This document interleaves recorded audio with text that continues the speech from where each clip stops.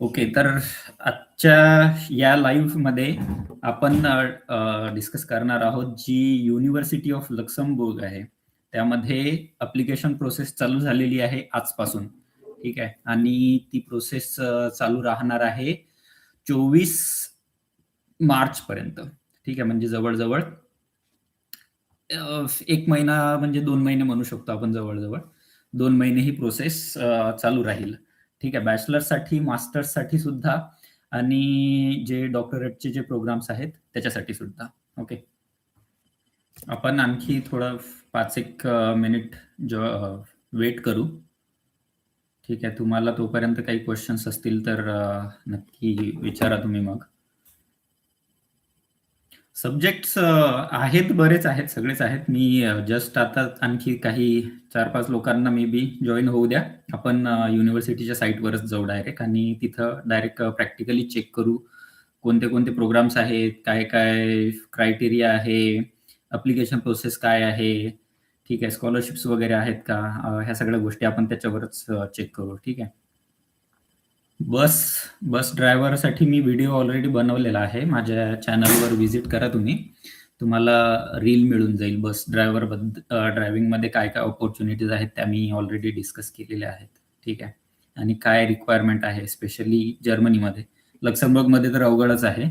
जर्मनीमध्ये तरी चान्सेस आहेत जर तुम्ही जर्मन लँग्वेज शिकलात तर. ओके. चला स्टार्ट करू आपण. मी स्क्रीन शेअर करतो.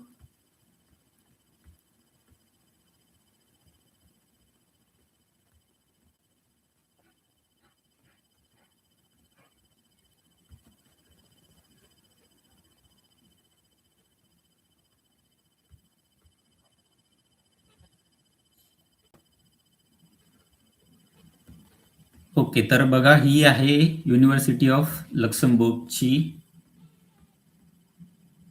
वेबसाईट. ओके. त्यामध्ये बघा, university of Luxembourg and the world. हे uni.lu हे तुम्ही टाईप केलं का ती येऊन जाईल. ओके. आणि या पोर्टलवर असे हे सगळे यांनी अपडेट्स वगैरे दिलेले आहेत. यामध्ये मेन्शन केलेलं आहे नॉन EU अप्लिकंट्स, म्हणजे जे युरोपमध्ये नाही आहेत त्यांच्यासाठी केव्हापासून तर 1 फेब्रुवारीपासून तर 24 मार्चपर्यंत ह्या ज्या पोझिशन्स आहेत, म्हणजे हे जे कोर्सेस आहेत, प्रोग्राम्स आहेत, हे ओपन राहतील ऍडमिशनसाठी. ओके. तुम्ही त्याच्यासाठी ऍप्लिकेशन करू शकता. आता यामध्ये जेव्हा मी ऍडमिशनवर क्लिक करतो, ठीक आहे, आपण स्टेप बाय स्टेप चेक करू, बॅचलर्स, मास्टर्स दोन्ही पण. ठीक आहे. ऍडमिशन आता हे यामध्ये यांनी सगळी प्रोसेस पूर्ण यामध्ये मेन्शन केलेली आहे. ठीक आहे. तुम्हाला काय काय फॉलो करायचं गरज आहे. 7 स्टेप्स राहतील याच्या. तर पहिल्या याच्यामध्ये आहे चूज ए प्रोग्राम. आता तुम्हाला मास्टर्स करायचं आहे की बॅचलर्स करायचं आहे, ही पहिलीच प्रोसिजर. ठीक आहे. यामध्ये हे असे बॅचलर्ससाठी, मास्टर्ससाठी प्रोग्राम्स आहेत. हे पूर्ण बॅचलर्सचे प्रोग्राम आहेत यामध्ये. ठीक आहे. Bachelor in applied information technology. Information टेक्नॉलॉजीमध्ये आहे, कम्प्युटर सायन्समध्ये आहे, इलेक्ट्रिकल इंजिनिअरिंगमध्ये आहे, डिजिटल इंजिनिअरिंग म्हणजे इंजिनिअरिंग, IT, आणखी मेकॅनिकल इंजिनिअरिंग पण दिसत आहे बघा. मेडिसिनमध्ये आहेत. ठीक आहे. मेडिकलमध्ये सुद्धा आहे, बायोलॉजी, नर्सिंगमध्ये सुद्धा आहे, नर्स, आणखी बघा, हे सायन्समध्ये म्हणजे सायन्स, टेक्नॉलॉजी, इंजिनिअरिंग, नर्सिंग, ठीक आहे, मेडिकल, यामध्ये सगळे यामध्ये आहेत अपॉर्च्युनिटीज. फिजिक्समध्ये, ठीक आहे, आणि लँग्वेजमध्ये सुद्धा आहे, German, French, Luxembourgish, bachelor in physics. जर स्पेशल फिजिक्स पण ह्या लँग्वेज जर येत असतील तुम्हाला तर स्पेशल हा कोर्स आहे याच्यासाठी. ठीक आहे. नर्सिंग सायन्समध्ये सुद्धा आहे, सर्जिकल, मेडिकल, टेक्निकल असिस्टंट. हे झाले बॅचलर्सचे प्रोग्राम. हे बॅचलर्सचे प्रोग्राम आहेत. बॅचलर्समध्ये आणखी आहे लॉ, इकॉनॉमिक्स आणि फायनान्समध्ये. ठीक आहे. हे लॉ मधले, इकॉनॉमिक्स आणि फायनान्स मधले आहेत. बॅचलर्स इन बिझनेस ऍडमिनिस्ट्रेशन मधलं सुद्धा आहे. बॅचलर्स जर तुम्हाला बिझनेसमध्ये बॅचलर्स करायचं असेल तर ते. Bachelors in humanities and education and social सायन्समध्ये, सोशल सायन्सचे पण हे बरेच कोर्सेस आहेत. बॅचलर्स इन ॲनिमेशन हा एक बघायला भेटला मला. बऱ्याच लोकांनी विचारलं होतं ॲनिमेशनमध्ये काही आहे का. ठीक आहे. तर हे बघा बॅचलर्स इन ॲनिमेशन सुद्धा आहे. आणखी हे सगळे प्रोग्राम्स आहेत. सायकोलॉजीमध्ये सुद्धा आहे, बॅचलर्स इन सायकोलॉजी. ओके. आणि आता आहेत हे खाली मास्टर्सचे प्रोग्राम. मास्टर्समध्ये ही बघा ही एरास्मस मुंदस हे जी आहे ना, ही स्कॉलरशिप बेस प्रोग्राम आहे हा. यामध्ये आय थिंक पूर्ण फंडिंग असेल. ही एक स्कॉलरशिप आहे जी युरोपमध्ये मिळते मास्टर्स किंवा बॅचलर्ससाठी. तर हा प्रोग्राम सुद्धा आहे सायबर सिक्युरिटीमध्ये. सायबर सिक्युरिटी आणि सायबर डिफेन्समध्ये आहे, इन्फॉर्मेशन सिक्युरिटीमध्ये आहे, कम्प्युटर सायन्समध्ये आहे. हे मास्टर्सचे प्रोग्राम आहेत. Okay. Product creation, science in biomedicine, data सायन्समध्ये. ओके. फायनान्शियल मॅथमॅटिक्स, फिजिक्स हे मास्टर्सचे प्रोग्राम. मास्टर्स इन लॉमध्ये, इकॉनॉमिक्समध्ये आणि फायनान्समध्ये सुद्धा मास्टर्सचे प्रोग्राम्स आहेत. ओके. मास्टर्स म्हणजे तेच कोर्सेस बॅचलर्समध्ये आणि जवळजवळ तेच कोर्सेस मास्टर्समध्ये सुद्धा तुम्हाला दिसायला मिळतील. ठीक आहे. डिप्लोमाचे ऑप्शन सुद्धा आहेत जर डिप्लोमा तुम्हाला करायचा असेल तर. एज्युकेशनमध्ये जर काही स्पेशल सर्टिफिकेशन वगैरे करायचे असतील तुम्हाला तर हे सर्टिफिकेशन्स वगैरे आहेत यामध्ये. ओके. आता हे झाले कोर्सेस. आता यातला तुम्हाला कोणता चूज करायचा आहे तो तुम्ही सिलेक्ट करू शकता. ही पहिली स्टेप की तुमचा कोर्स चूज करणे. ओके. त्याच्यानंतर दुसरी स्टेप आहे एलिजिबिलिटी क्रायटेरिया काय आहे. ओके. आता एलिजिबिलिटी क्रायटेरिया चेक करू की आता इंडियातून अप्लाय करत आहे म्हणजे थर्ड कंट्री सिटीजन आहोत आपण. ठीक आहे. Do you have a residence permit for Luxembourg? नाही, आपल्याजवळ नाही आहे. ओके. नेक्स्ट. बॅचलर्स करायचं आहे की मास्टर्स करायचं आहे तर अगोदर आपण बॅचलर्स चेक करू. ठीक आहे. आणि आपली डिग्री कोणती आहे? नॉन EU डिग्री आहे. म्हणजे जोही आपला एज्युकेशन आहे ते युरोपमधलं नाही आहे, ते इंडियामधलं आहे. Check eligibility. तर यामध्ये बघा सिच्युएशन काय आहे. आता आपण कोणत्या सिच्युएशनमध्ये आहोत? आपल्याला बॅचलर्स प्रोग्राम करायचा आहे. आपण EUचे सिटीजन नाही आहे किंवा आपल्याजवळ लक्झमबर्गचं रेसिडेन्स परमिट सुद्धा नाही आहे आणि आपला जो एज्युकेशन आहे ते EUच्या आउटसाइडचा आहे. तर हा क्रायटेरिया आहे. त्याच्यासाठी you must have completed your secondary school education and hold at least secondary school certificate of achievement in order to apply. Secondary school certificate पाहिजे. SSC जे आहे म्हणजे तुमचं आपलं जे 12वी आहे तर 12वी तुम्हाला कंपल्सरी आहे. Secondary school. ठीक आहे. सेकंडरी स्कूलचं तुम्हाला कम्प्लीट असणं गरजेचं आहे. जर्मनीसाठी 13 वर्षाचा एज्युकेशन पाहिजे इंडियातून. पण लक्झमबर्गमध्ये तुम्हाला जर बॅचलर्स करायचं असेल तर 12 वर्षाचं जे तुमचं एज्युकेशन आहे ते तुम्ही त्याच्यासाठी क्वालिफाईड आहात. अप्लाय करू शकता. फक्त तुम्हाला काय करावं लागेल? तुमचं जे 12 वर्षाचं एज्युकेशन आहे ते काय करावं लागतं?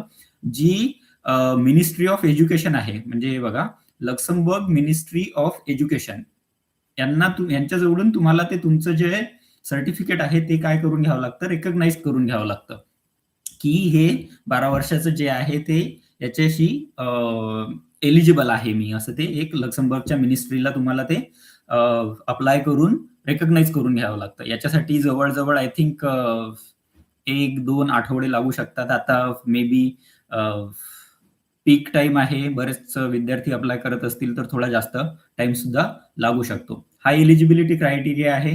त्याच्यानंतर काय म्हणते तर सेकंडरी स्कूल हे तर आहेच. ठीक आहे.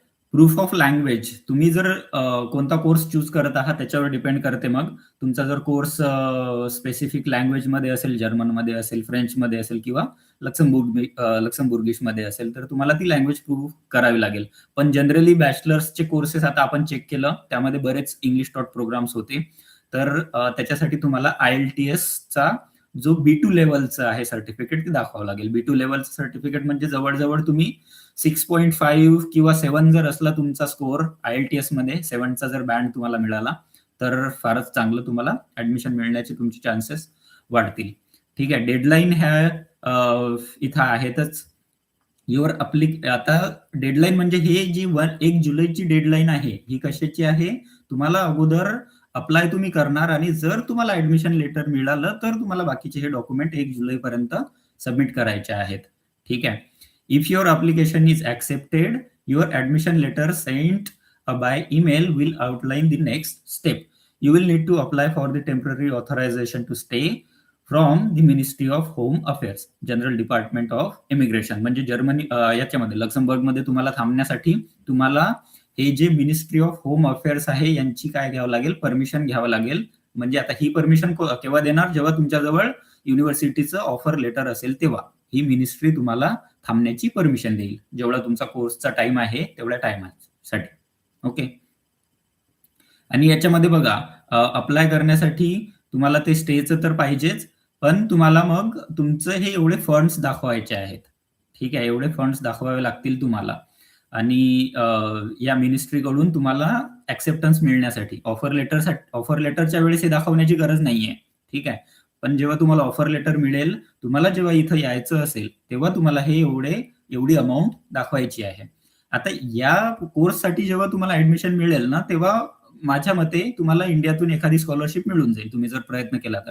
मी स्कॉलरशिपवर व्हिडिओ बनवला होता, रील टाकली होती, त्यामध्ये मी बऱ्याच स्कॉलरशिपची लिस्ट दिली होती, कॅटेगरी वाईज सुद्धा. सगळ्या कॅटेगरीजसाठी स्कॉलरशिप्स आहेत, फक्त एससी साठी आहेत किंवा एसटी साठी आहेत असं नाही आहे. ओपन साठी सुद्धा आहेत आणि बाकी ईडब्ल्यूएस स्कॉलरशिप सुद्धा आहेत. बरेच ऑप्शन आहेत, असं काही हे नाहीये. ठीक आहे, आणि तुम्ही जर खरंच फायनान्शियली बॅकवर्ड मध्ये असाल तर तुम्हाला काही ना काही हेल्प मिळून जाईल, कुठून ना कुठून मिळून जाईल. म्हणजे मार्ग असला, इच्छा असली तर ते मार्ग मिळून जातो.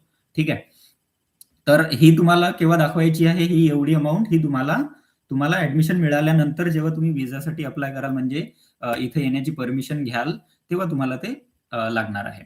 ओके. रेसिडेन्स परमिट हे तुम्हाला ते नंतरच मिळणार. मग पेमेंट ऑफ एनरोलमेंट फी, हे एनरोलमेंट फीचं साधं पेमेंट राहणार, काही 100 युरोच्या आसपास बहुतेक असेल. सेमिस्टर कॉन्ट्रीब्युशन वेगळं असतं. ठीक आहे, तर हा झाला बॅचलर्सचा क्रायटेरिया. आता आपण मास्टर्ससाठी चेक करू. Okay. Same, third country citizen आहोत. ओके. Next masters. आणि आपली समजा तुम्ही इंडियातून डिग्री केलेली आहे. ठीक आहे, बॅचलर्स, त्याचा क्रायटेरिया बघू. तर त्याच्यासाठी काय आहे, तर you must have completed your bachelors degree and hold at least A certificate of achievement. Bachelors तुमचं कम्प्लिटेड झालेलं असलं पाहिजे. आणि सेम प्रोसिजर तुम्हाला ते बॅचलर्स तुमचं जे आहे ते काय करावं लागेल, रेकग्नाइज करून घ्यावं लागेल. Okay. Your bachelors degree is accepted by the university provided that it's recognised by the ministry of research. म्हणजे तुमचं एज्युकेशन हे इंडियातून एखाद्या रेकग्नाइज्ड युनिव्हर्सिटीमधून झालेलं आहे, हे तुम्हाला मिनिस्ट्री ऑफ रिसर्च आणि हायर एज्युकेशन तुम्हाला काय ते एक टायटल देईल. ओके. आणि बाकी गोष्टी सेम आहेत, लँग्वेजची ते, आणि बाकी डेडलाईन्स पण सेम आहे. ओके. आणि अमाऊंट सुद्धा सेम आहे जो तुम्हाला खर्च लागू शकतो. ट्युशन फी वगैरे तुमच्या कोर्सवर डिपेंड करेल. म्हणजे मेन काय आहे, तर बॅचलर्ससाठी तुम्ही 12वी झालेली असेल तर तुम्ही अप्लाय करू शकता. मास्टर्ससाठी तुम्हाला बॅचलर्स झालेलं असलं पाहिजे. ओके. हे आपण क्लोज करू. आता एलिजिबिलिटी क्रायटेरिया समजला. त्याच्यानंतर प्रिपेअर दी रिक्वायर्ड डॉक्युमेंट्स. आता काय काय डॉक्युमेंट्स पाहिजेत आपल्याला याच्यामध्ये, बॅचलर्ससाठी डॉक्युमेंट्स पाहिजेत, हे मास्टर्ससाठी डॉक्युमेंट पाहिजेत.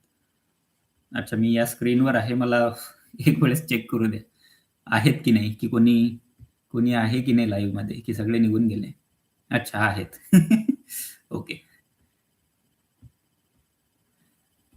ठीक आहे. ओके, कुठे होतो आपण? हा, बॅचलर्स अप्लिकेशन्स. बॅचलर्ससाठी काय, तर जवळजवळ तुमचं पासपोर्ट वगैरे, आयडी कार्ड वगैरे. ओके. युरोपियन हेल्थ इन्शुरन्स, तुम्हाला हेल्थ इन्शुरन्स कार्ड जर असेल तर. Non EU students can obtain this card by paying.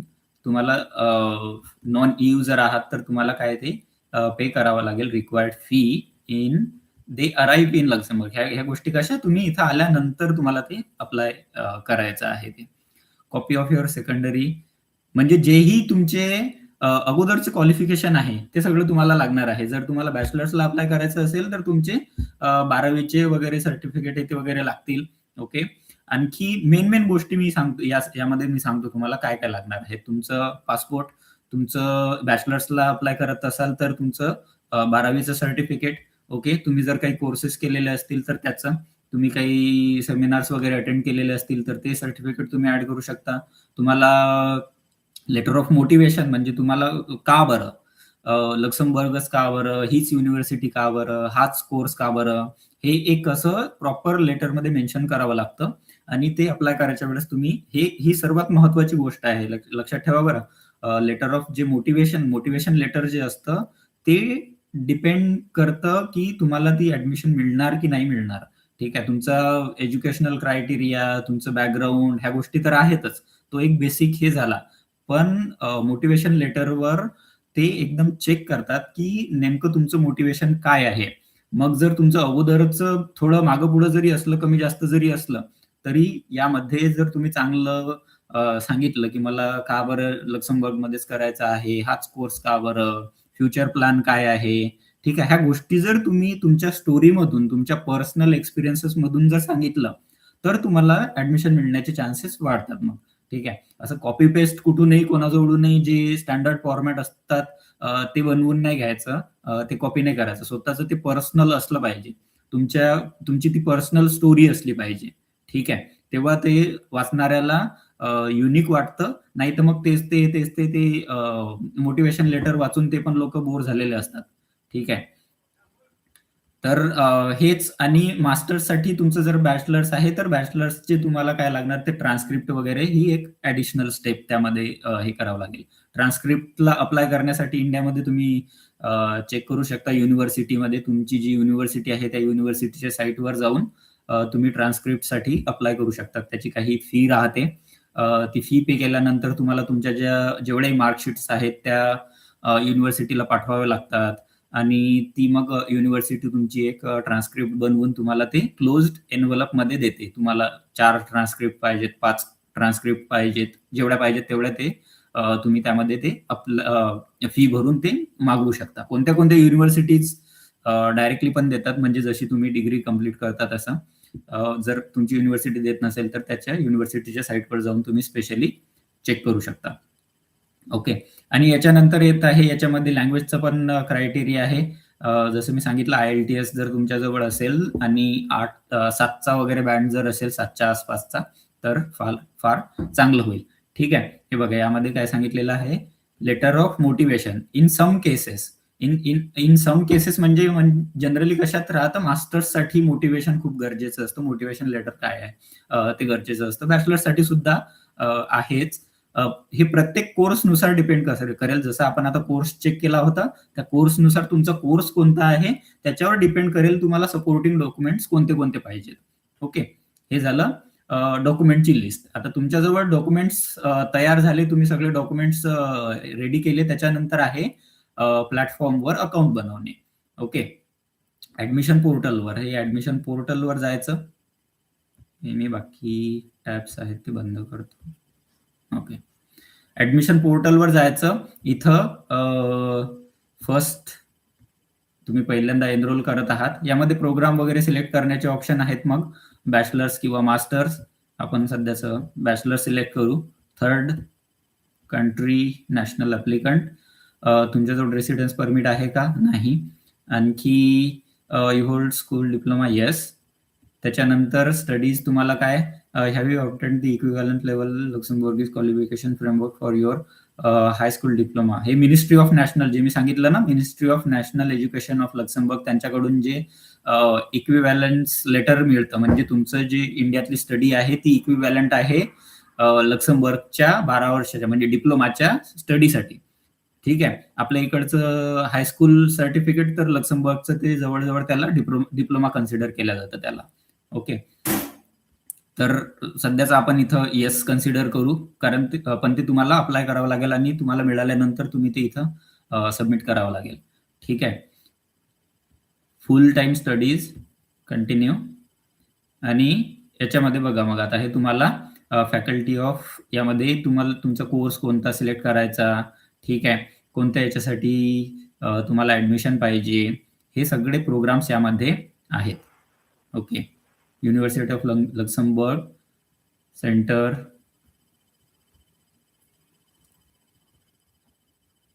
सायकोलॉजीमध्ये, सायन्समध्ये, ठीक आहे, यामध्ये म्युझिकलमध्ये सुद्धा आहेत. बिझनेस ॲडमिनिस्ट्रेशन, कम्प्युटर सायन्समध्ये मॅथमॅटिक्स, सध्या आपण कम्प्युटर सायन्स सिलेक्ट करू मे बी. ओके, आता हे बघा, यामध्ये ह्या प्रोसिजर्स तुम्हाला फॉलो करायच्या. तुम्हाला काय अकाउंट बनवणे, तुमची पर्सनल डिटेल्स टाकणे, प्रेफर्ड नेम जे आहे ते, ॲड्रेसेस वगैरे, secondary education, post secondary education जर तुम्ही काही कम्प्लीट केलेलं असेल तर, काही रेकग्निशन्स वगैरे काही असतील, काही अगोदर सर्टिफिकेशन वगैरे केलेले असतील, लँग्वेजचं, आणि फायनान्सिंग वगैरे, तुम्ही कसं फायनान्स करणार, तुमचे जे एक्सपेन्सेस आहेत ते कसे फायनान्स करणार, टर्म्स आणि रिव्ह्यू. हे केल्यानंतर तुम्ही तुमचं अकाउंट तयार होईल आणि त्याच्यानंतर तुमची एक प्रोसेस येईल. तुम्हाला छोटी जी अप्लिकेशन फी आहे ती अप्लिकेशन फी पे करावी लागेल. ठीक आहे. याच्यानंतर अकाउंट क्रिएट करून झालं समजा, त्याच्यानंतर complete your application and pay application fee. म्हणजे तुम्ही तुमचं अकाउंट बनवलं, त्यामध्ये सगळे डॉक्युमेंट्स अपलोड केले, सगळी माहिती इन्सर्ट केली, त्याच्यानंतर काय आहे तर तुम्हाला 100 युरो जी आहे ती ॲडमिनिस्ट्रेटिव्ह फी पे करायची आहे. आणि ही फी काय आहे तर नॉन रिफंडेबल आहे. तुमचं जर ॲप्लिकेशन रिजेक्ट झालं तर तुम्हाला ते परत मिळणार नाही बहुतेक. या, नॉन रिफंडेबल. ओके, हे 100 युरो जे आहे ती डिडक्ट होईल from the first semester's tuition fee for admitted okay, थांबा एक minute. Please note the fee waiver are not possible, the fees are non refundable, but म्हणजे जर तुम्हाला ऍडमिशन मिळाली तर ती तुमच्या याच्यातून ती डिडक्ट होईल. सेमिस्टर फी मध्ये तुम्हाला जर सेमिस्टर फी मग आहे तर ती 100 युरो तुम्हाला कमी भरावे लागेल. पण तुमचं जर अप्लिकेशन सिलेक्ट नाही झालं तर ही 100 युरो समजा तुम्हाला ती तेवढी फी आहे, तेवढी फी तुम्हाला भरावी लागणार. त्याच्यानंतर सबमिट युअर अप्लिकेशन ऑनलाईन. जेव्हा तुम्ही फी पे कराल तेव्हाच तुम्हाला ऑप्शन येईल अप्लिकेशन फायनल मध्ये सबमिट करण्याचा, युअर अप्लिकेशन प्रोसेस. बाकी यामध्ये कुठेतरी मला दिसलं होतं की सेमिस्टर फी किती राहणार म्हणून. एक मिनिट.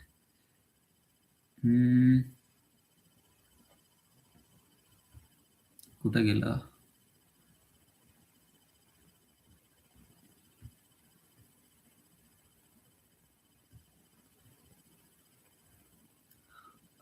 यामध्ये ठीक आहे, आता मला दिसत नाहीये, पण मी वाचलं होतं जवळजवळ एका सेमिस्टरचे तुम्हाला 400 युरोच्या आसपास लागू शकतात. ठीक आहे, एका सेमिस्टरचे 400 युरोच्या आसपास. हा, एक बॅचलर्सच्या प्रोग्राम मध्ये आय थिंक दिसलं होतं मला. तुम्हाला तोच choose the study programme, bachelors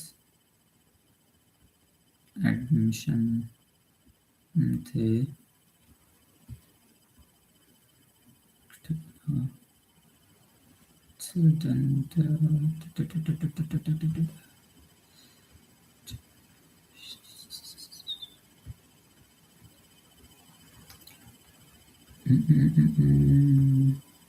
for example आता हे चेक करू आपण.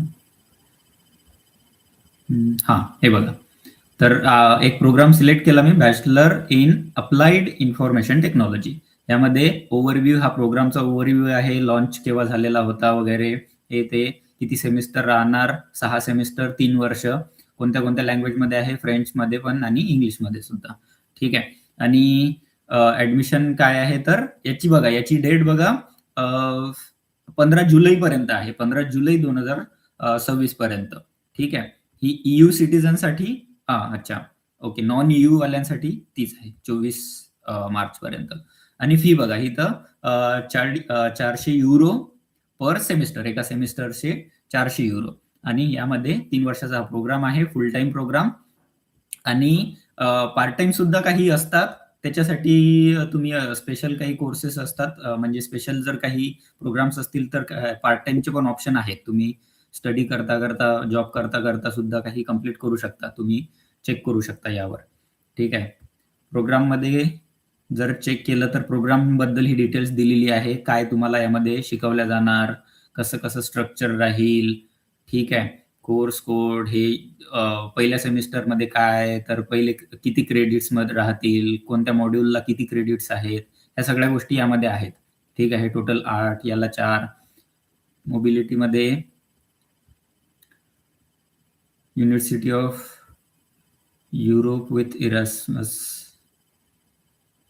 Students enroll in bachelor's program must complete semester study at an institute abroad. म्हणजे हे काही काही काय असतात माहिती आहे का इकडं, बऱ्याच कोर्सेसमध्ये तुम्ही कंबाईन स्टडी पण असतात. म्हणजे आता तुम्ही लक्झमबर्गमध्ये ऍडमिशन घेतली ना, तर कोणत्या कोणत्या कोर्सेसमध्ये असं सुद्धा राहतं की तुम्हाला काही सेमिस्टर दुसऱ्या एखाद्या युनिव्हर्सिटीमध्ये जाऊन कंप्लीट करावं लागतात. म्हणजे लक्झमबर्गमध्ये घेतली तर जर्मनीच्या एखाद्या युनिव्हर्सिटीमध्ये तुम्हाला एखादा कोर्स म्हणजे एखादा सेमिस्टर किंवा एखादा सब्जेक्ट असं शिकण्यासाठी ते लोक पाठवू शकतात. असं ते क्रॉस काय म्हणू शकतो आपण त्याला, ड्युएल एज्युकेशन म्हणू शकतो किंवा क्रॉस एज्युकेशन म्हणू शकतो, क्रॉस युनिव्हर्सिटी एज्युकेशन म्हणू शकतो. असं ते कंबाईन प्रोग्राम्स राहतात त्यांचे. ठीक आहे, कंबाईन प्रोग्राम मध्ये. करिअर मध्ये आता तुम्हाला याच्यामध्ये मग हे केल्यानंतर काय काय ऑपॉर्च्युनिटीज आहेत. ठीक आहे, लर्निंग आउटकम्स वगैरे, पर्स्पेक्टिव्ह, मास्टर्स इन, तुम्ही मास्टर्स करू शकता, हायर स्टडीसाठी ट्राय करू शकता. ठीक आहे, हे या कोर्स बद्दल हे इथं ज्यांनी हा कोर्स केलेला आहे त्यांचे काय फीडबॅक आहेत ते यामध्ये दिलेले आहेत. ओके, टेस्टिमोनीज मध्ये टीचिंग स्टाफ कोण कोण राहणार याच्यासाठी त्यांची पण डिटेल्स हे टीचर्स वगैरे राहतील. ठीक आहे, या प्रोग्रामसाठी. आणि ऍडमिशन बद्दल तेच सगळं. तर ही आहे पूर्ण प्रोसिजर. इन शॉर्ट जर सांगायचं झालं तर काय, बॅचलर्स करायचं असेल तर 12वी कंप्लीट झालेलं असलं पाहिजे. ती तुमची सर्टिफिकेट तुम्हाला जी लक्झमबर्गची मिनिस्ट्री आहे, एज्युकेशन मिनिस्ट्री, त्यांच्याकडून ते रिकॉग्नाइज करून घ्यायचं आहे आणि त्याच्यानंतर तुम्ही अप्लाय करू शकता. जर तुम्हाला यामध्ये माझा जास्त फोकस या गोष्टीवर तुम्हाला सांगण्यात राहील की जेवढ्या लवकर होत असेल तेवढ्या लवकर अप्लाय करा. मे बी यामध्ये मला माफ करा, मी तुम्हाला अगोदर काही अगोदर म्हणजे सांगायला पाहिजे होतं, महिन्या अगोदर किंवा 15-20 दिवसा अगोदर मे बी. ठीक आहे, पण मला तो टाइम काढता नाही आला. पण आय थिंक मी याच्यावर म्हणजे का मी बनवलीच होती, याच्यावर रील बनवली होती, बऱ्याच लोकांनी ती बघितली सुद्धा. आणि ज्यांना करायचं होतं त्यांनी I think already he site visit केलेली आहे. त्यांनी ही प्रोसिजर चेक केलेली आहे, कसं अप्लाय वगैरे करायचं हे सगळं. ठीक आहे, तर पण अजूनही टाइम आहे तुमच्याजवळ. ज्यांनी अजून अप्लाय केलेलं नसेल त्यांच्यासाठी लवकरात लवकर, आज उद्या जे काय आहे तुम्हाला जमते लवकरात लवकर सगळं डॉक्युमेंट्स अरेंज करा. आणि जेवढ्या लवकर तुम्ही अप्लाय करणार तेवढे जास्त चान्सेस तुमचे आहेत. या पब्लिक युनिव्हर्सिटीमध्ये ऍडमिशन मिळण्याचे क्रायटेरिया म्हणजे काय, चान्सेस केव्हा वाढतात तुमचे. ठीक आहे, पहिली गोष्ट म्हणजे तुम्ही किती लवकर अप्लाय करता. ठीक आहे, आता हे मी कट करतो. Okay, screen sharing. ओके, तर पब्लिक युनिव्हर्सिटीमध्ये जनरली अप्लाय करण्यासाठी म्हणजे ऍडमिशन मिळण्यासाठी काय क्रायटेरिया राहतो, तुमचे चान्सेस केव्हा वाढतात, तर किती लवकर तुम्ही अप्लाय करता. ठीक आहे, तुमचा IELTSचा स्कोअर काय आहे. ओके, तुमचा कोर्स कोणता आहे, तुमचा कोर्स तुमच्या बॅकग्राऊंडशी मॅच होत आहे की नाही, हे सर्वात महत्वाची गोष्ट आहे. कारण त्याच्यावरूनच तुम्ही तुमची मोटिवेशन लेटर बनवणार. ठीक आहे, motivation letter, statement of purpose. ठीक आहे, आणि त्याच्यानंतर मग तुमचा चान्सेस जास्त राहतील ह्या 3 गोष्टी जर तुम्ही प्रॉपरली फॉलो केल्या तर. लवकर अप्लाय करणे, चांगला लँग्वेजचा बँड असणे. ठीक आहे, IELTS असो किंवा TOEFL असो. ठीक आहे, आणि तिसरी गोष्ट म्हणजे तुमचा कोर्स तुमच्या इंटरेस्टशी मॅच होत आहे की नाही. ओके, आणि या प्रोसेसमध्ये काही रेफरन्स तुम्ही ऍड करू शकता. जर तुम्ही बॅचलर्ससाठी अप्लाय करत आहात तर तुमच्या एखाद्या प्रोफेसरचे रेफरन्स तुम्ही ऍड करू शकता. मास्टर्ससाठी अप्लाय करत आहात तर तुमचे जे कोणी मॅनेजर असेल, तुम्ही जिथं काम केलं होतं, त्यांचा तुम्ही रेफरन्स ऍड करू शकता. ठीक आहे, या सगळ्या गोष्टी राहतात. PhD ला IELTS. ओके, तर आता आपण ही प्रोसिजर सर्व चेक केली, सर्व प्रोसिजर बघितली आपण.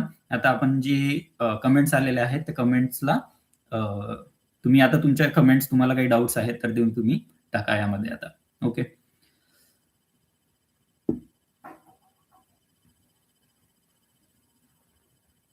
Carrier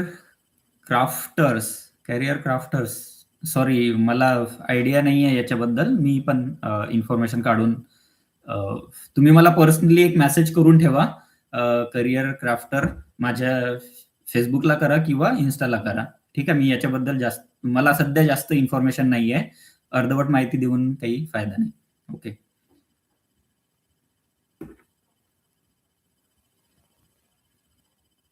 okay. पल्लवीताई विचारत आहे, मासन is in second year mechanical engineer. Okay. पुढे जर्मनीमध्ये हायर स्टडीजसाठी गायडन्स सांगाल का? ओके. सेकंड इयरला आहे ना? ठीक आहे. आतापासून फक्त सध्याची जी त्याची कोर्स चालू आहे त्या कोर्समध्ये चांगला परफॉर्म करायला सांगा फक्त. ठीक आहे. आणि IELTS ची तयारी तुम्ही आतापासून स्टार्ट करू शकता. आणि मास्टर्ससाठी मग बस हेच 2 गोष्टी जास्त इम्पॉर्टंट राहतात. ओके. पुढे जर्मनीमध्ये एज्युकेशनसाठी. जर्मन लँग्वेज जर त्यांनी प्रिपेअर केली तर मी स्ट्रॉंगली रेकमेंड करेल. इंग्लिश त्याचं अगोदरच चांगलं असेल मी अज्युम करतो. तो इंजिनिअरिंग करत आहे तर. पण जर्मन लँग्वेज आतापासून मग त्याला तयारी करायला सांगा. तुम्हाला बरीच हेल्प होईल पब्लिक युनिव्हर्सिटीमध्ये ऍडमिशन मिळण्यासाठी. ठीक आहे. PhD ला कसं अप्लाय करायचं आहे ते पण सांगा सर. PhD ला पण सेमच प्रोसिजर आहे. PhD ची प्रोसिजर यामध्ये. ओके. 1 मिनिट आपण दाखवूनच देऊ. ह्याच युनिव्हर्सिटीचं एक्झाम्पल घेऊ आपण. ठीक आहे. यामध्ये PhDचा पण प्रोग्राम मी चेक केला होता.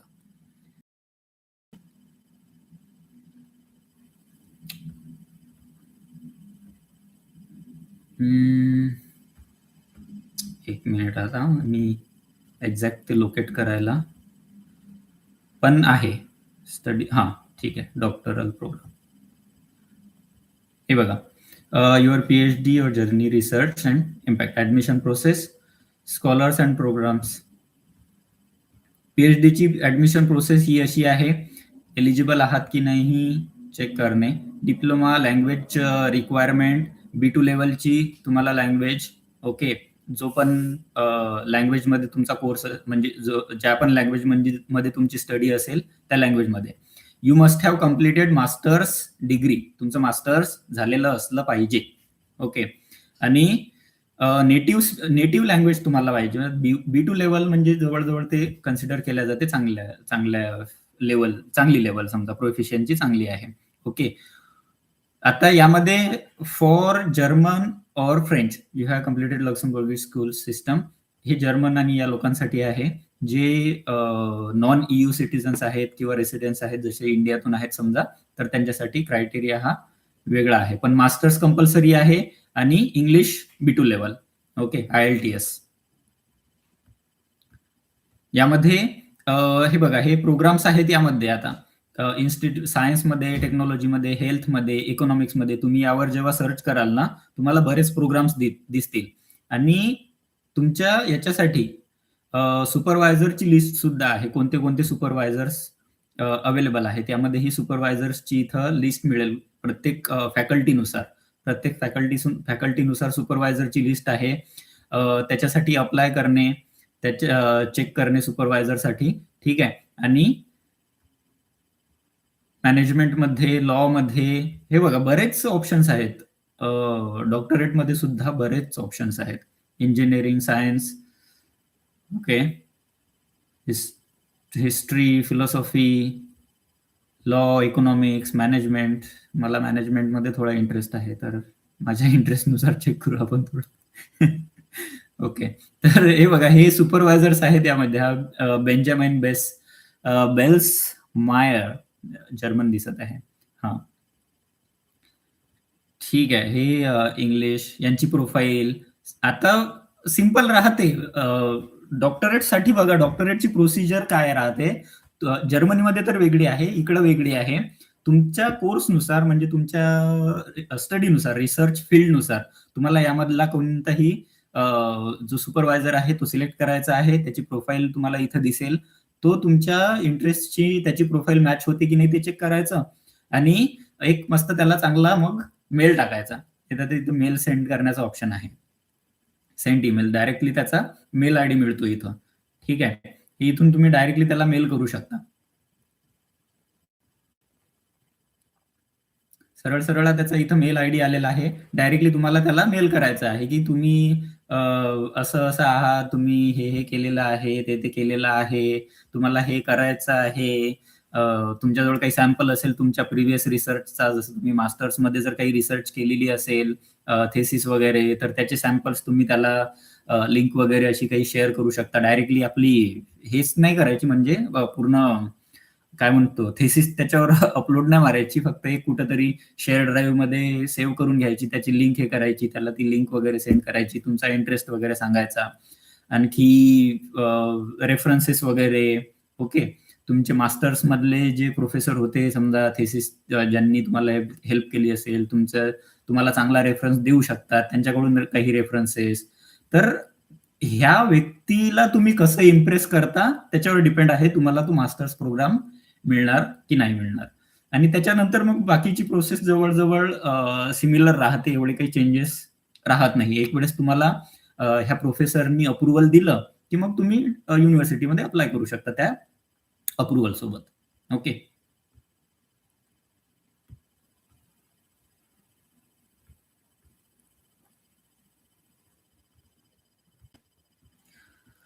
ओके. पीएचडीचा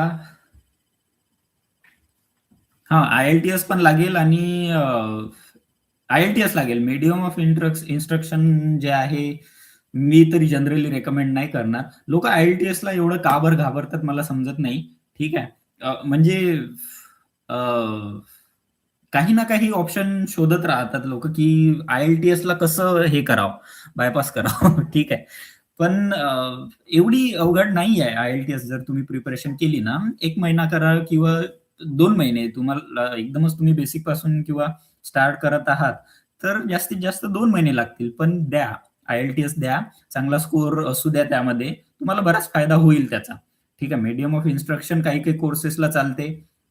माझ्या मास्टर्सच्या याच्या वेळेस मीडियम ऑफ इन्स्ट्रक्शन पण चालत होतं, कारण माझी युनिव्हर्सिटीच्या याच्यावर मार्कशीटवर डायरेक्टली लिहिलेलं होतं मीडियम ऑफ इन्स्ट्रक्शन इंग्लिश. सर्वांच्याच याच्यावर जनरली लिहिलेलंच असते, आणि ते ऍक्सेप्टेबल होतं. पण तरी मी IELTS दिली. ठीक आहे. आणि मी काही 8 दिवस फक्त प्रिपेअर केलं होतं. 8 दिवस प्रिपेअर केलं.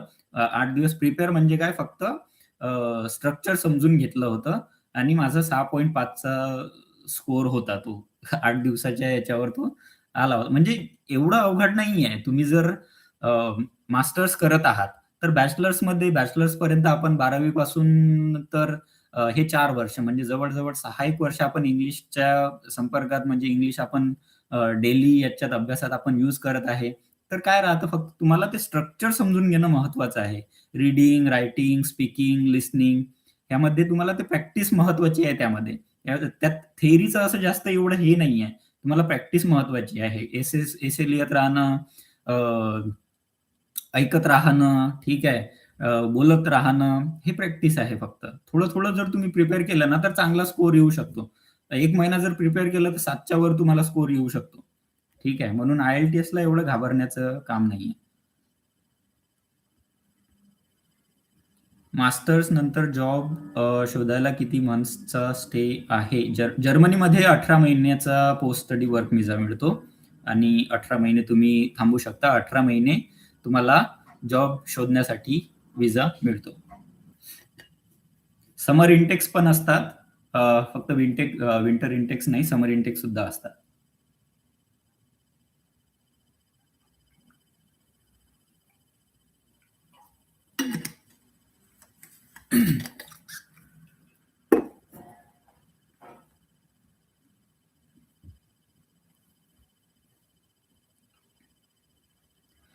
बॅचलर्ससाठी आहे. कंपल्सरी आहे, म्हणजे कंपल्सरीच म्हणू शकता तुम्ही. बॅचलर्सला IELTS गरजेचंच आहे.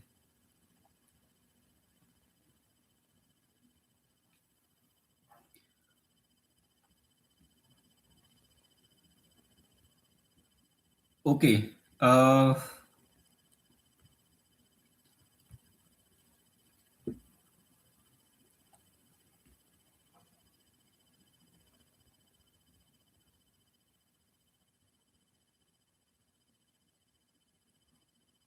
वर्क एक्सपिरियन्स, तुम्हाला एक्सपिरियन्स जर असेल तर ऑब्व्हियसली तुमचे चान्सेस वाढणार आहेत ऍडमिशन मिळण्याचे.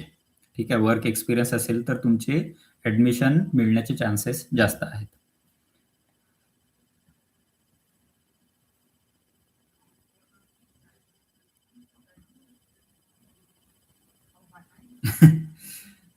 रिक्वायर्ड प्रोफिशियन्सी B2 असेल आणि आपल्याला C1 येत असेल तर इनटेकचे चान्सेस वाढतात का? तसं ते एक बेसिक क्रायटेरिया राहतो. ठीक आहे. तुम्ही C1 केलं म्हणजे तुम्हाला त्यामध्ये एकदम 2-4 पॉइंट्स एक्स्ट्रा मिळतील असं नाहीये. ठीक आहे. तो एक बेसिक क्रायटेरिया आहे. ठीक आहे. आणि B2 आणि C1 मध्ये एवढा जास्त फरक नाहीये. ठीक आहे. पण फारच चांगलं, C1 जर असेल तुमच्याजवळ तर चांगलीच गोष्ट आहे. ओके. जेवण जेवण हा, माझं सकाळचं जेवण झालं. आता इकडं 5:18 म्हणजे 5:15 झाले. थोड्या वेळानं बनवेल आता आणि करेल मग जेवण. संध्याकाळचे 5:15 झाले. 4.5 तास मागं आहे जर्मनी. ओके. आणि हिवाळ्याच्या टायमात 4.5 तास आणि उन्हाळ्याचा जो टाइम असतो तेव्हा 3.5 तास.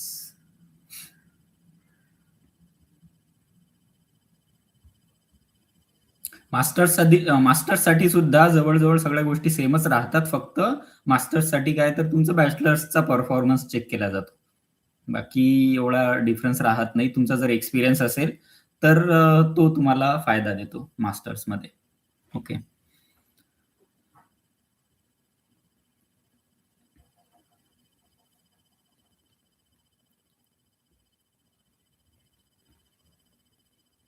आय होप तुम्ही सगळ्यांनी चॅनलला सबस्क्राईब करून ठेवलेलं आहे. चला मग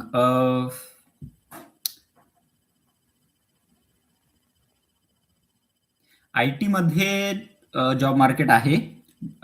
बऱ्याच लोकांचे प्रश्न येत आहेत, म्हणजे बरेच लोक विचारत राहतात की जॉब मार्केट सध्या कसं आहे. बऱ्याच निगेटिव्ह न्यूज चेक करत आहे, म्हणजे वाचत आहे किंवा ऐकायला मिळत आहेत. तर सध्या थोडं मार्केट जे आहे ते थोडं डाऊनच आहे सगळीकडेच. ओके. IT मध्ये तरी आहेत बरेच ऑप्शन्स. बरेच नाही म्हणता येईल, पण बाकीच्या फील्डपेक्षा कंपॅरिझन मध्ये जास्त ऑप्शन्स आहेत. ओके.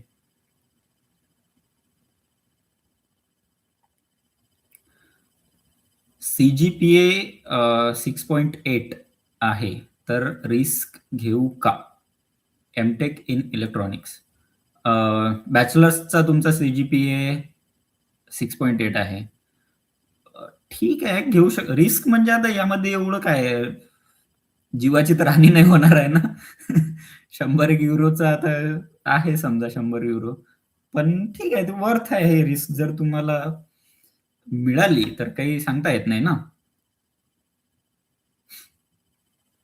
मिळू शकतो. 6.8 म्हणजे काही कमी नाही आहे. तो व्यवस्थितच आहे. तुम्ही एक बेसिक क्रायटेरिया मीट करता. मी सांगितलं ना, बेसिक क्रायटेरिया जर तुम्ही मीट केला, तर जास्तीत जास्त गोष्टी डिपेंड करतात. तुम्ही कोर्स कोणता निवडत आहात, त्या कोर्समध्ये कॉम्पिटिशन किती आहे आणि तुमच्या एक्सपिरियन्सला मॅच होतो का? आणि तुम्ही तुमचं मोटिव्हेशन लेटर कसं लिहिता, त्यावर बऱ्याच गोष्टी डिपेंड करतात. Okay.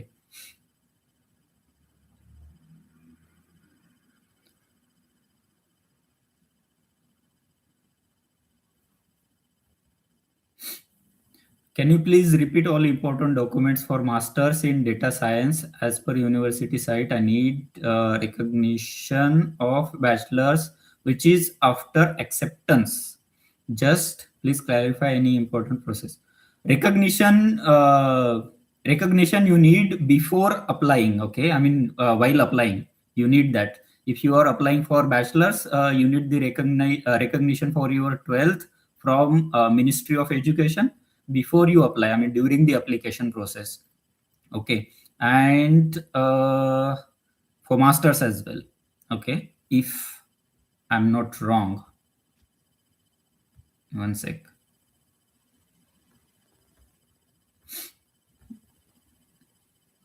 Because it was asked when we create a profile. Okay.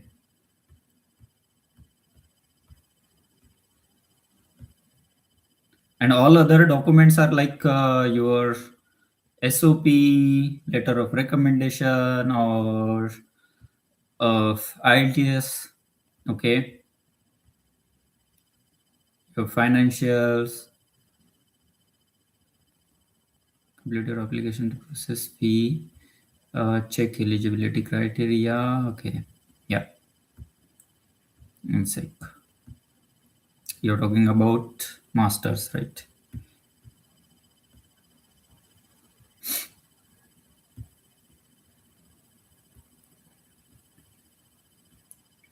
Your bachelor's degree is accepted by university, provided that it is recognized by the Ministry of. You must request the registration of your degree title, Luxembourg Ministry of Research, Higher Education. You need to take recognition like your degree should be recognized. Okay, that's the only criteria, and this you need while applying, not after. Yeah.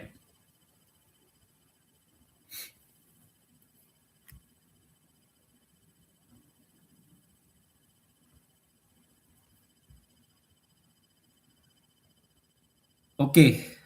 Any other question? Any other doubts? Yeah.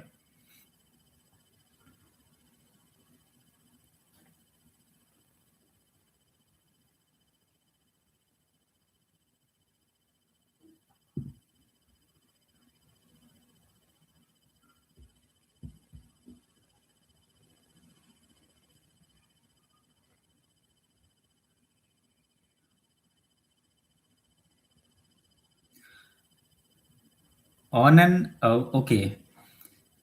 Germany easier आहे की Luxembourg for admit acceptance? Luxembourg मध्ये एकच university आहे, public university. एकच public university आहे, ठीक आहे. पण सध्या लक्झमबर्ग बद्दल जास्त काय म्हणू शकतो आपण त्याला, ती लाट नाही आहे लक्झमबर्गची. ओके, जशी जर्मनीची कशी लाट आलेली आहे तर जर्मनीची लाट आलेली आहे, पण लक्झमबर्ग मध्ये सध्या तसं नाही आहे, म्हणून चान्सेस आहेत बऱ्यापैकी. ओके, मी तरी रेकमेंड करेल सध्या जर्मनीपेक्षा लक्झमबर्गच्या युनिव्हर्सिटीला सध्या या कंडिशनला. ओके, पण जर्मनीत जरी तुम्हाला चांगल्या युनिव्हर्सिटीमध्ये ऍडमिशन मिळाली तरी ते सारखंच आहे. कारण जॉब मार्केटचा फरक कोणावर पडत नाही सांगतो. जेव्हा तुम्ही बॅचलर्ससाठी येता ना, जर्मनीसाठी लक्झमबर्गसाठी एपीएस लागेल का? लक्झमबर्गसाठी एपीएस नाही लागत माझ्या माहितीप्रमाणे. ठीक आहे, माझ्या माहितीनुसार लक्झमबर्गसाठी एपीएस नाही लागत, जर्मनीसाठी लागते. ओके, जर्मनीसाठी एपीएस सर्टिफिकेट लागतं. एपीएस सर्टिफिकेट म्हणजे काय, तर ते तुमचं जे एज्युकेशन आहे ते रेकग्नाइज्ड आहे की नाही ते चेक करणं. आणि आय थिंक, मी शुअर नाहीये, पण ते जे आपण बोलत आहे ना, मिनिस्ट्री ऑफ एज्युकेशन, आणि ते जी मिनिस्ट्री आहे त्यांचेच ऑफिसेस असतात. ठीक आहे, इंडियामध्ये असतील किंवा कुठं असतील तर ते त्यांच्या थ्रू सुद्धा तुम्हाला ते मिळू शकते. जर्मनीमध्ये तुम्हाला गरज नाही आहे, कारण एपीएस ही जी सिस्टम आहे जर्मनवाल्यांनीच ती इंडियामध्ये प्रोसेस करण्यासाठी ठेवलेली आहे. आणि एपीएस हे जे मिळतं तुम्हाला ते जर्मन ऑथॉरिटी कडूनच मिळतं, त्याच्यानंतर मिळतं. तसंच लक्झमबर्गचं सुद्धा असेल, अशी ती मिनिस्ट्री असेल, त्यांच्याकडून तुम्हाला ते लेटर मिळत असेल. म्हणजे सेम काइंडच तुम्ही कन्सिडर करू शकता, जसं IELTS आहे तसं हे यांचं सर्टिफिकेट.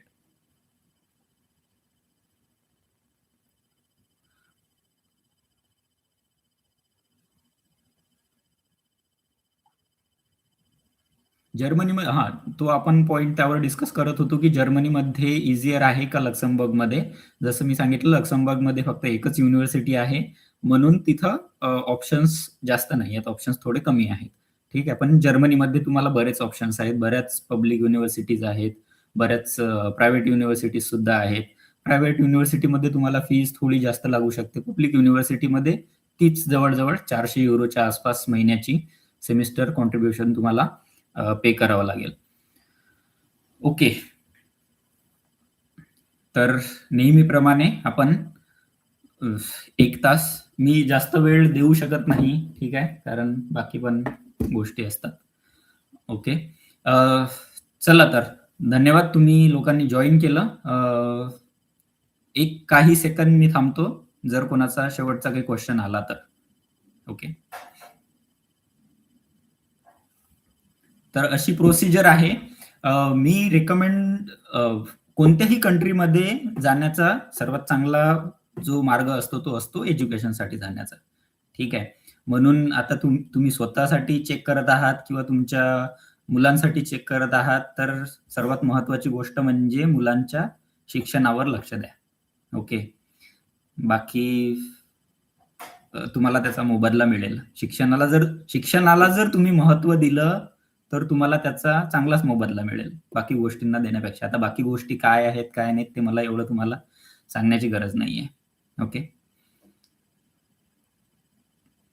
प्रायव्हेट युनिव्हर्सिटीमध्ये तुमच्या कोर्सनुसार युनिव्हर्सिटीवर सुद्धा डिपेंड करते, पण तरी तुम्ही जनरली जर्मनीमध्ये कन्सिडर करू शकता एका वर्षाचे 8,000 ते 15,000 युरोच्या आसपास, म्हणजे 8 ते 15 लाख रुपयाच्या आसपास वर्षाचे. ठीक आहे, एवढी फी असू शकते. म्हणजे एका वर्षाचा बजेट तुम्ही 20-1 लाखापर्यंत कन्सिडर करू शकता प्रायव्हेट युनिव्हर्सिटीमध्ये. ठीक आहे. फिलन दांक. ओके. गॅरना. ओके. चला, धन्यवाद, तुम्ही जॉईन केलं. नेक्स्ट लाईव्ह मध्ये कोणत्या टॉपिकवर मी डिस्कस करणार, जर तुम्हाला काही आयडिया असतील तर तुम्ही मला मेसेज वगैरे करा, किंवा यामध्ये सुद्धा हे करू शकता. पण मी लाईव्ह यायच्या अगोदर कळवेलच की कोणत्या टॉपिकवर आपण डिस्कस करणार आहे. इझी आहे. पब्लिक युनिव्हर्सिटीची लिस्ट मिळणं काही एवढी मोठी गोष्ट नाही आहे. सरळ सरळ चॅट जीपीटीवर जा, तिथं पब्लिक युनिव्हर्सिटीची लिस्ट तुम्हाला मिळून जाईल. तरी मी काढेल. ठीक आहे. मी कारण यात काही हे नाही, विचारणं वगैरे काही तुम्हाला माहिती नाहीये तर विचारण्यात काही हरकत नाहीये. ठीक आहे. त्यात काही प्रॉब्लेम नाहीये. मी करेल. मी त्यावर काम चालू आहे माझं. मी लिस्ट बनवत आहे. ओके. आणि जेव्हा ती लिस्ट कंप्लीट होईल तेव्हा मग मी एक रील बनवेल आणि त्याच्यामध्ये तुम्हाला लिंक वगैरे शेअर करेल. ओके. स्कॉलरशिप बद्दल मी सांगितलेलं आहे. स्कॉलरशिप बद्दल सांगितलेलं आहे. आणखी मास्टर्सची प्रोसिजर काय आहे, बॅचलर्सचं काय आहे, ह्या सगळ्या गोष्टी मी सांगितलेल्या आहेत. ओके. चला, धन्यवाद जॉईन केल्याबद्दल, आणि पुढच्या लाईव्ह मध्ये भेटू मग. Good night.